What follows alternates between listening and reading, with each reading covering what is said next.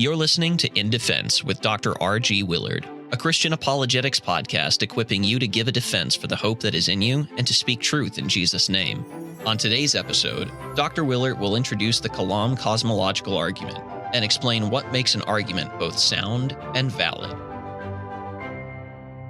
You are listening to In Defense with me, Dr. R.G. Willard, a Christian apologetic podcast bringing you an appeal and defense of the Christian faith. This is episode 2 in the 6-part series of my favorite argument for God's existence, the Kalam Cosmological argument. Now, last time we took a look at a quick history of this argumentation all the way from around 400 AD with John Philoponus all through the medieval thinkers up to the modern day proponent William Lane Craig on the Kalam Cosmological argument. Now for this episode, we're not going to dive into the first part of the argument. That will be in episode 3. What I really wanted to do for this episode is I wanted to talk through what makes a good argument, certain qualities that make a good argument, as well as 2 major arguments that we're going to see not only apologists use, but that we find within the Kalam Cosmological argument itself. So today, the 2 kinds of arguments I want to discuss are called inductive arguments and deductive arguments. Let me state that again: inductive arguments and deductive arguments. Now, before I jump into those, what I want to do for you is I want to discuss certain qualities that make both of these inductive and deductive arguments good. There are 2 terms that I think will be helpful for all of us to know and to use when we're looking at the Kalam argument, as well as just arguments or the way we think and reason through our everyday lives. The 2 terms are this: validity and soundness.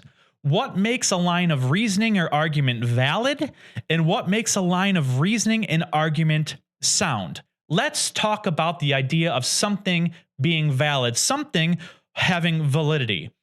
A valid line of reasoning or a valid argument is simply this: where the conclusion logically follows from the premises.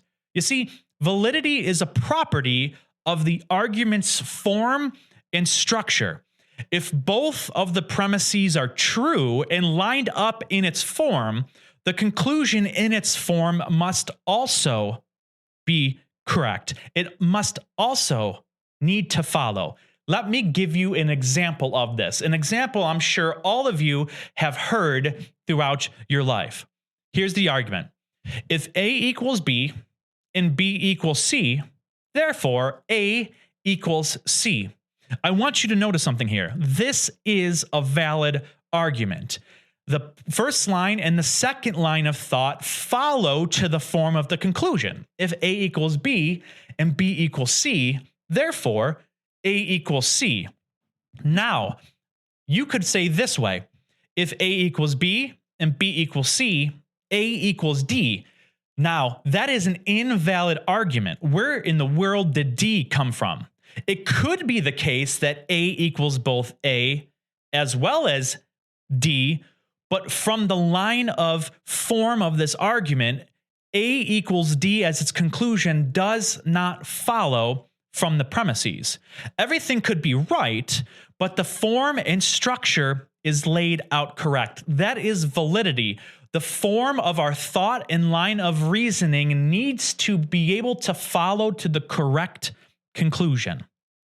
When it comes to soundness, soundness is both valid, right? You need to have a valid argument, and it needs to have a sound argument. And the soundness is where the premises are true or even more plausibly true, and that leads to the correct conclusion.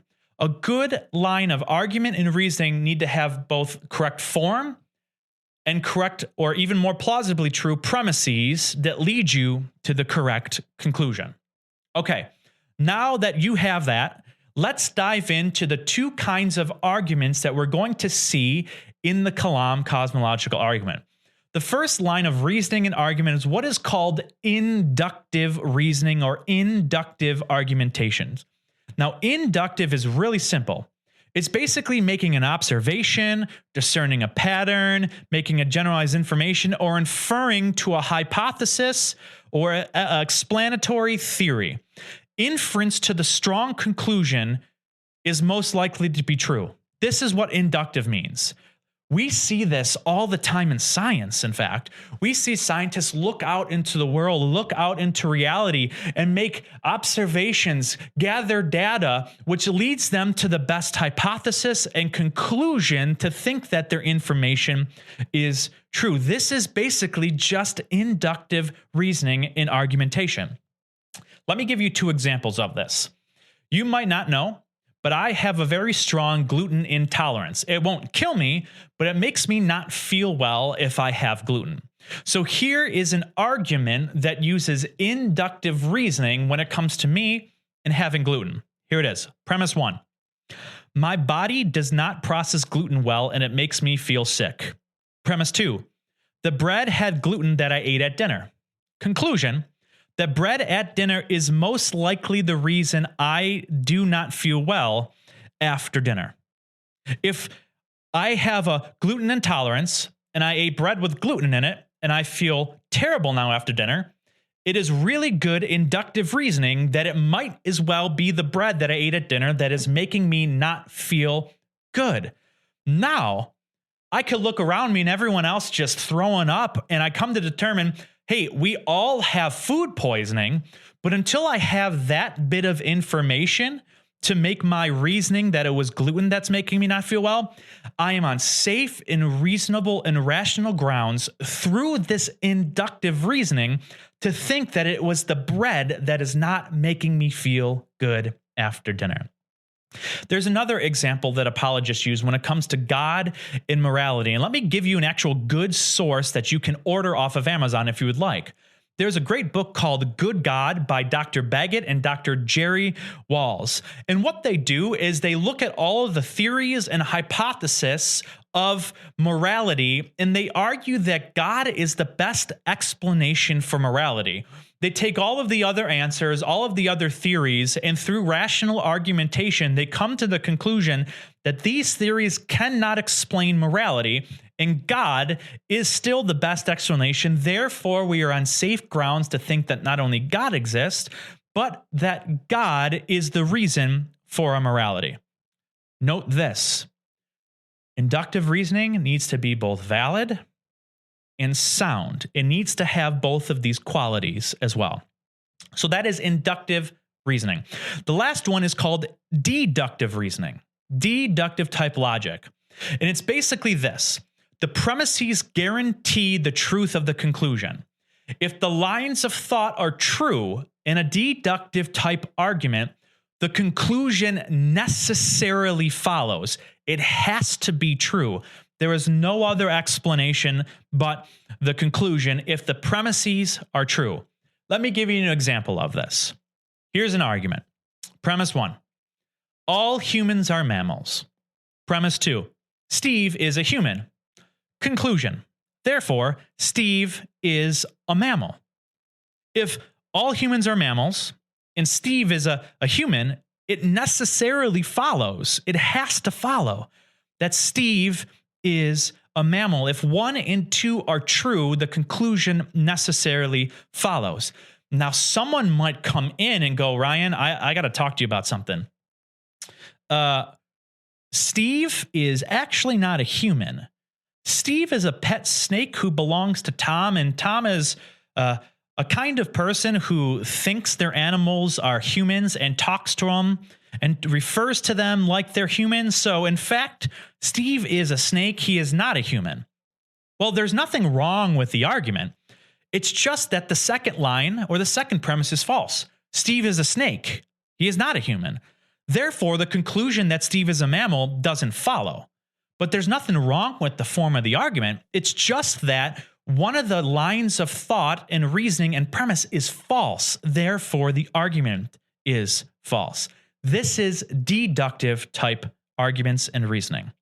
So you might be asking, why is this important for the Kalam cosmological argument? Why do I need to know this before we dive into the next episode when we jump into premise 1?